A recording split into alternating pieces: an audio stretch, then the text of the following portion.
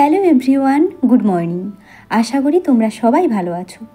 আজ হলো ফেব্রুয়ারি 27 তারিখ আর বারটা হলো বৃহস্পতিবার। কাল ছিল 26 তারিখ মহাশিবরাত্রি। তোমাদেরকে জানিয়েছিলাম যে আমি যাব, কিন্তু যেতে পারিনি, ওর ডিউটি ছিল। আজকে ছুটি আর ফোনে দেখেছি মহাশিবরাত্রির 2 দিন রয়েছে, মানে 26 তারিখ 27 তারিখ। তাই ওকে বলেছিলাম যে আমরাও যাব। আমি না এর আগে কোনো দিনও শিবরাত্রির বার করিনি। শুধু শিবরাত্রি না, আমি কোনো বারই কখনো করিনি, শুধুমাত্র সরস্বতী পুজো ছাড়া। কিন্তু কেন জানি না আজ প্রচুর ইচ্ছে করলো যে আমরাও বার করি। না সাজা কমপ্লিট হয়েছে একদম। আমরা তাহলে যাওয়ার জন্য রেডি তো? হ্যাঁ, তোমাকে সুন্দর লাগছে। ঠিক আছে, চলো তাহলে। না, একদম কিছু কম নেই। ওকে। অনেক দিন পর আজকে দুজনেই খুব সকাল সকাল ঘুম থেকে উঠেছি, তারপর স্নান করে নিয়েছি। এখন দুজনে রেডি হয়ে গেছি যাওয়ার জন্য। আমরা চক্রেশ্বর যাব শিবের মাথায় জল ঢালতে, তাই জন্য আজকে বৃহস্পতিবার, কালকে শিবরাত্রি। কালকে শিবরাত্রি চলে গেছে, আজকেও মনে হয় আছে, আমার ঠিক জানা নেই। কিন্তু আজকে আমরা এখন যাচ্ছি দুজনে মিলে জল ঢালতে। ওকে, চলো। হ্যাঁ, ঠিক আছে, এখন যাই। এই চাবি আমার হাতে।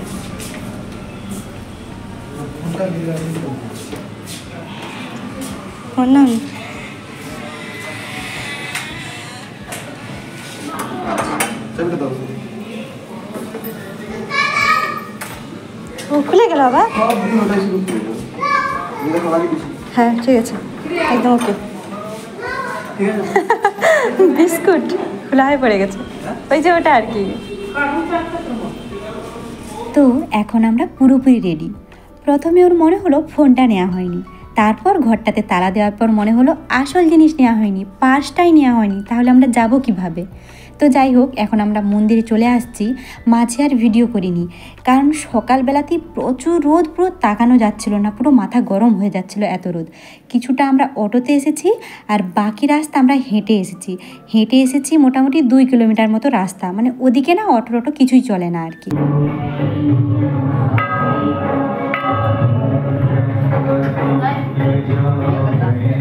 তো এই হলো শিব মন্দির, যেটা আমি তোমাদেরকে আগেও দেখিয়েছি।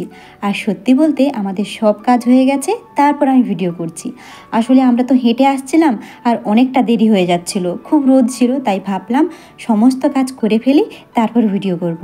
তারপর আমরা দুজনে শিবের মাথায় জল ঢেলেছি আর যত আমাদের মনের কথা ছিল সব কিছু শিবকে জানিয়ে দিয়েছি। আর শুধু শিবের মাথায় জল ঢালিনি, এখানে যতগুলো শিবলিঙ্গ ছিল সবের মাথায় জল ঢেলেছি, আর ওই ষাঁড়ের মাথাতেও জল ঢেলেছি। তোমাদেরকে আমি প্রথমেই জানিয়েছি আমি কোনো দিন কোনো বার করিনি, শুধুমাত্র সরস্বতী পুজোর বার ছাড়া। তাও আবার এখানে এসে সেটাও বন্ধ হয়ে গেছে। সত্যি বলতে কি জানো তো, আমি না খাওয়া দাওয়া করে একদম থাকতে পারি না, আমার খুব শরীর খারাপ করে, মানে ঢেকুর দেয়, এমনকি আমি কথা বলতে পারিনি। 1 বছর হয়েছিল, মানে সরস্বতী পুজোর সময় ওই পুষ্পাঞ্জলি দিতেই না মাথা ঘুরে গেছিলো আর কি। তারপর থেকে আমি কোনো দিনও কোনো উপোস কখনো করিনি। সরস্বতী পুজোর সময় আমার মা কী করতো, আমি, বোন আর আমার ভাইকে ভোরবেলায় ঘুম থেকে উঠে কিছু রান্না করে, মানে নিরামিষ কিছু রান্না করে খাইয়ে দিত। তারপর আমরা পুষ্পাঞ্জলি দিতে যেতাম, না হলে একদম পারতাম না। বিয়ের পর শাশুড়ি মা আমাকে বলেছিল যে কিছু কিছু পুজোর বার করতে, কিন্তু আমি না পারিনি। আর মানে ও আমাকে বলে যে এখন করার দরকার নেই, আর আমারও মনটা তেমন না কোনোভাবে মানে টানতো না। কিন্তু এই বছর কি হলো আমি জানি না, আমার নিজের থেকে ইচ্ছে করলো যে সবাই ঢালছে, আমিও তাহলে ঢালবো জল আর কি। এই জন্য মানে এই বছর আমরা বার করেছি, মানে শুধু আমি করিনি, ও করেছে। আর তোমরা কিন্তু দেখেছো, আমরা কিন্তু সকালবেলা শরবত খেয়ে এসেছি, মানে শুধু শরবতটাই খেয়েছি, আর কিছু খাইনি। খুব খিদে পাচ্ছিল, কিন্তু যখন এই মন্দিরে এসেছি না, কেন জানি না আর খিদে আর পাইনি। হয়তো ঠাকুরের জন্য, না হলে হয়তো অ্যাসিড হয়ে গেছে এই জন্য। তো এখানে তো আমাদের সব কিছু কাজকর্ম হয়ে গেছে, ভাবছি দুজনে একটু বসবো আর গোটা চারপাশটা ঘুরে দেখব। কিন্তু এত রোদ, পুরো সেই গ্রীষ্মকালের মতো, মাথা পুরো গরম হয়ে যাচ্ছে। আর এখানটা দেখে আমি পুরো অবাক হয়ে গেছি। শেষবার যখন শ্বশুর শাশুড়িমার সঙ্গে এসেছিলাম না, তখন কতটা জল ছিল, কিন্তু এখন দেখছি জল পুরো নিচে নেমে গেছে। আর কালারটা দেখো, পুরো সবুজ হয়ে গেছে। আর ওই দেখো 2টো কচ্ছপ রয়েছে আর মাছ রয়েছে, কিন্তু এখন মাছগুলো দেখতে পাচ্ছি না। আর রাত্রে মনে হচ্ছিল গোটা চারপাশটা দেখো ওই প্রদীপ দিয়ে, মানে প্রদীপ জ্বালানো হয়েছিল আর কি। আর এই ছবিটা কেউ ভিডিওতে ছেড়েছিল, আমি দেখেছি, এত সুন্দর লাগছিল রাত্রে যে কি বলবো। আর আমার রুমের পাশে যে ওড়িশার ভাবি থাকে না, সেও কালকে এখানে এখানে এসেছিল, সে আবার নির্জলা ব্রত করেছিল। আমি তো ভেবেই অবাক হয়ে গেছি, বাপ রে বাপ। আর সে কালকে সকালে এসে জল ঢেলে দিয়ে গেছে, আবার তাদের ওই ভাইয়ার সাথে না রাত্রে এসেছিল। সেইভাবে আমাকে বলেছিল যে অনেক কিছু দোকান বসেছে আর সে ওই দোকান থেকে কিছু কিছু জিনিসপত্র কিনেছে আর আমাকে দেখিয়েছিল। কিন্তু আমি এখন এসে দেখছি কোনো দোকান নেই, মানে ওই একদিনের জন্যই বসেছিল, তারপর সব কিছু গুড়িয়ে নিয়ে চলে গেছে। আর ওইভাবে যখন তাদের রুমে আমাকে ডেকেছিল মানে ওই জিনিসপত্রগুলো দেখানোর জন্য, তখন রাত্রি 8:30 বাজে। মানে ওইভাবেই আগের দিন রাত থেকে ওই দিন 8:30 পর্যন্ত জলটুকু খাইনি, মানে তাদের ওই ভাইয়া বললো আর কি আমাকে। আমি মানে ভেবে অবাক হয়ে যাই সে রয়েছে কিভাবে। তারপর আবার 2 বার ধরে হেঁটে হেঁটে অত দূর মন্দিরে গিয়েছে আর কি। আর আমরা তো শুধু বার করেছি, কিন্তু কি নিয়ম কি কি নিয়ে যেতে হবে আমরা তো কিছুই জানতাম না। শুধুমাত্র মা একটা কাঁসার গ্লাস এনেছিল, আমি শুধু ওটা নিয়েই চলে গেছি। তারপর মাঝ রাস্তাতে মা ফোন করেছিল, মা বলছে যে কোথায় যাচ্ছ, আমরা বললাম যে জল ঢালতে যাচ্ছি।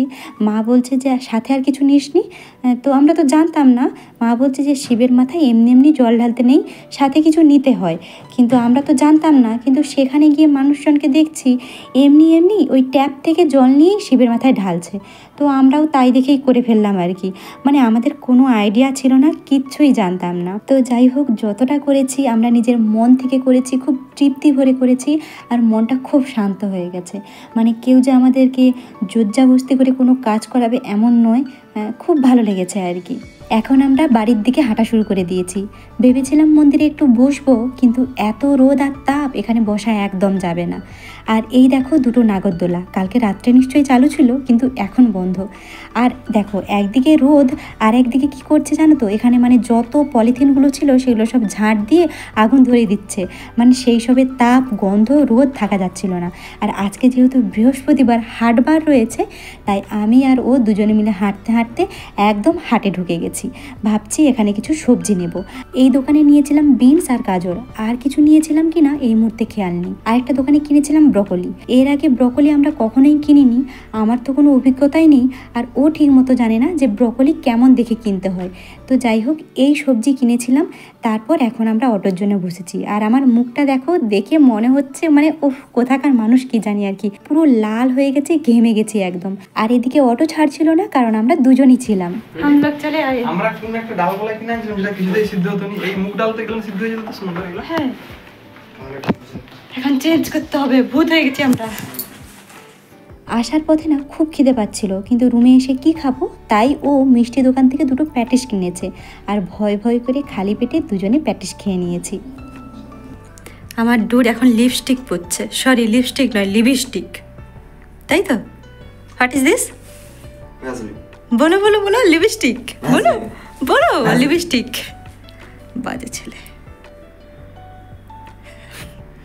যাচ্ছে বন্ধু বাড়ি খাওয়া দাওয়া করতে, সরি বাড়ি নয়, বন্ধুদের রুমকে।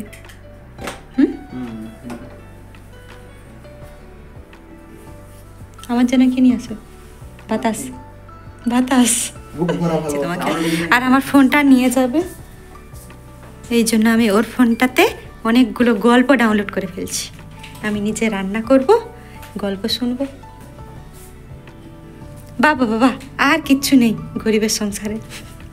তুমি তুমি এ নেবে নি ঘড়ি? হ্যাঁ, ঘড়িটা কোথায় দাও? ইস, কি অবস্থা দেখো, কি করে ফেলছি আমরা। কারেন্টটাও চলে গেছে। এ নিবে নাকি ক্যাপ? দরকার নেই, প্রচুর রোদ কিন্তু। নিবে? আমারটা নিয়ে যাও। না গো, টুপি পরবো না। আচ্ছা ঠিক আছে, প্রচুর রোদ, আমি বললাম শুনুন তো কথা। সবই আমি শুনছি, তোমার আমি সবই বুঝছি। ওকে চলো, আমার জন্য কিছু নিয়ে ভালো আসো। লাগছে? একদম গুড। হাবলদার, হাবলদার। তোমার গান শুনে মশা মাছি মানুষ সব উল্টে পড়ে যেতে পারে। হয়ে গেছে? ওহো, মানে তুমি বলতে কি চাচ্ছটা কি? কিছুই বলতেছি যে তুমি মোটা হয়ে গেছো? দেখো না, নিচের গাটটাতে পুরো ঘুরিয়ে। আচ্ছা আচ্ছা আচ্ছা আচ্ছা, আমি এত কিছু শুনতে চাই না। টোকা পাতলা মানুষ সবাই বেশি বক বক করে। ঠিক আছে চলো, দেরি হয়ে যাচ্ছে। একদম গুড। কেমন লাগছে? অলওয়েজ গুড, একদম। মন্দির থেকে এসে প্যাটিস খেয়ে আমরা একটু রেস্ট নিচ্ছিলাম। আর আজকে ওর একটা নিমন্ত্রণ ছিল, মানে ওর একটা ওড়িশার বন্ধু ওকে আরও 2-1 ছেলেকে ডেকেছিল খাওয়া দাওয়া করার জন্য। ও সেখানে চলে গেছে। আর এখন তো সন্ধে হয়ে গেছে, এখনও ও আসেনি। আর আমি দুপুরে রান্না করেছিলাম, মানে ভাত করেছিলাম, তার মধ্যে কিছু সবজি দিয়ে রান্না করেছিলাম, নিরামিষ ভাত করেছিলাম আর কি।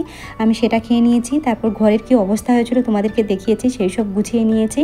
আর এখন সন্ধে হয়ে গেছে, আমি সন্ধে দিচ্ছি। তোমাদেরকে জানিয়েছিলাম যে এখানে কোনো আমি প্রদীপ নিয়ে আসিনি, তাই শুধু ধূপটাই দিয়ে দিই। আর যেটা রান্না করেছিলাম সেটা তখন আমি না খেতে পারিনি, কিছুটা রেখে দিয়েছিলাম। এই যে এখন সেটা একটু খেয়ে নেবো, খিদে পাচ্ছিল। তোমাকে একটা কথা জিজ্ঞাসা করার আছে, ডু ইউ লাভ মি? অনেক বেশি। মিথ্যা কথা। সত্যি কথা। আচ্ছা তোমাকে আজকে আমি একটা ধাঁধা জিজ্ঞাসা করতেছি। হ্যাঁ আমি এক চান্স এটা তুমি আবার, আমি তোমাকে জিজ্ঞাসা করছি আগেই। আচ্ছা বলো। কথা বলো না, আমি পেরে যাবো বলে না, তাহলে জিজ্ঞাসা করতে। আচ্ছা চুপ, তোমার জিজ্ঞাসা করতেছি। হ্যাঁ হচ্ছে যে আজকে সকালে জিজ্ঞাসা করছি। আচ্ছা দেখা যাবে তোমার কতটা মনে আছে, ঠিক আছে? একটা ছেলে তার মাকে বলছে, মা আমি কোন পোশাকটা পরবো? হ্যাঁ, আর মেয়ে বলছে মা কটা বাজছে? তাহলে মা কি উত্তর দিচ্ছে?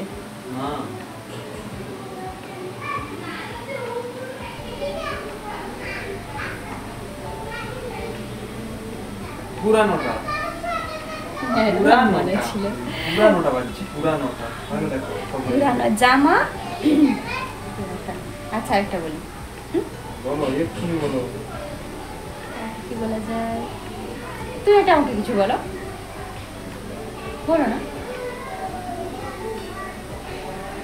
আচ্ছা ধরো তোমার তো সাথে তোমাকে জিজ্ঞাসা করছে যে বৌমা মাথার ঘন্টা কোথায়, আর তুমি যখন মাছ কাটতেছো, ঠিক আছে, তার শ্বশুর মশাই জিজ্ঞাসা করছে মা কি মাছ কাটতেছো।